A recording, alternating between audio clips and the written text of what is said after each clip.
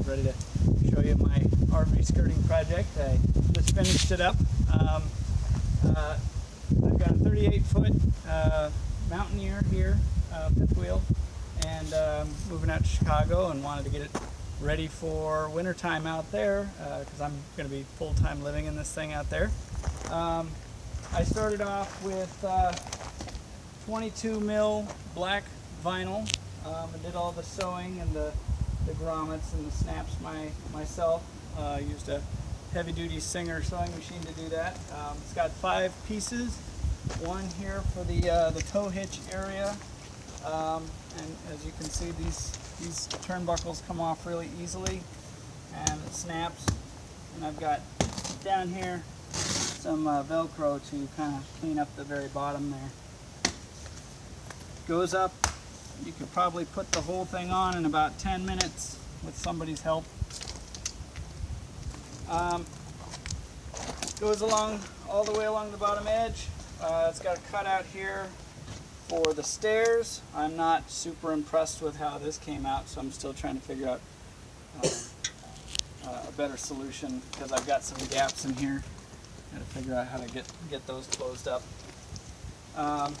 This second section, which starts at the tow hitch back there and comes back all the way to here, this is one long piece, one continuous piece here. The top here is double layer and sewn with polyester thread. We got snaps here along the slide outs. The reason for the snaps rather than the turnbuckles in this area is the lower profile of the snap studs will allow it to slide in without getting bound up like the turnbuckles would.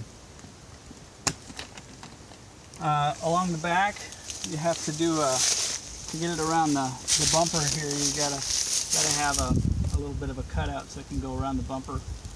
I reinforced that with a little triangle piece on both sides here. It kind of just goes up behind everything. Keeps the wind out pretty good.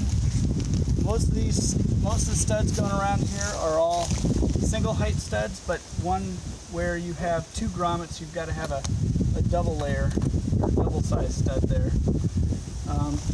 Keep coming around here. This again, so the back is a piece. This going along these 2 slide outs and in between here is all one single piece. Got a bunch of sap up there, so this will keep the sap off of the ground anyways. More of the same along the side here. We'll see how we do with the sewage hoses here in the when we actually get it set up out in Chicago. But I imagine that everything will just stay tucked under in the wintertime, and then when I need to dump the tanks, just pull out the sewage hoses and do the business and put it all back together. So that's the end of this continuous piece here, and then you got a small piece here that's that long, and it's got the Velcro there as well, snaps, and then we're back at the front. So 5 pieces all together. Took me a week to put the thing together. Did you want to do the hitch? Yeah, one more thing to point out. Kind of got a little elaborate here on the front and made a little piece for the hitch itself to come out.